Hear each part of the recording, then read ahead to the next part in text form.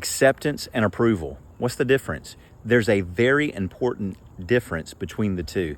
And Jesus shows us a very vivid example of the difference between acceptance and approval in John chapter 8. John chapter 8, there's this adulterous woman brought before Jesus by the Pharisees. They all tell Jesus, hey, the law of Moses says we have to stone her to death. What do you say?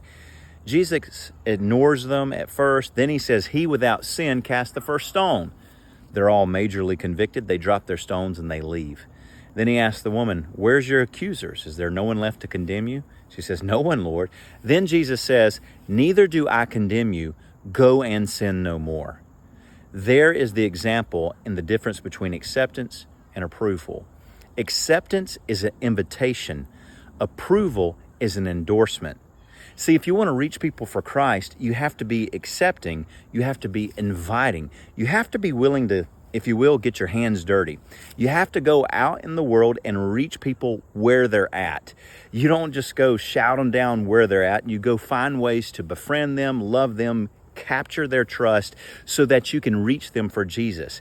But just because you're doing that in acceptance or invitation doesn't mean that you're approving of their sin. Jesus didn't do it. He says, look, I'm not going to condemn you, but now that you've experienced me, you've encountered me, go and sin no more.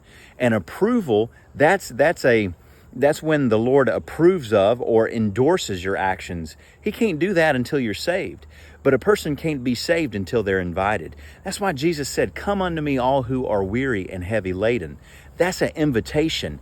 But the invitation is a place for where you encounter Christ, and that's where redemption takes place. And then you can be approved of in Christ Jesus. So remember that.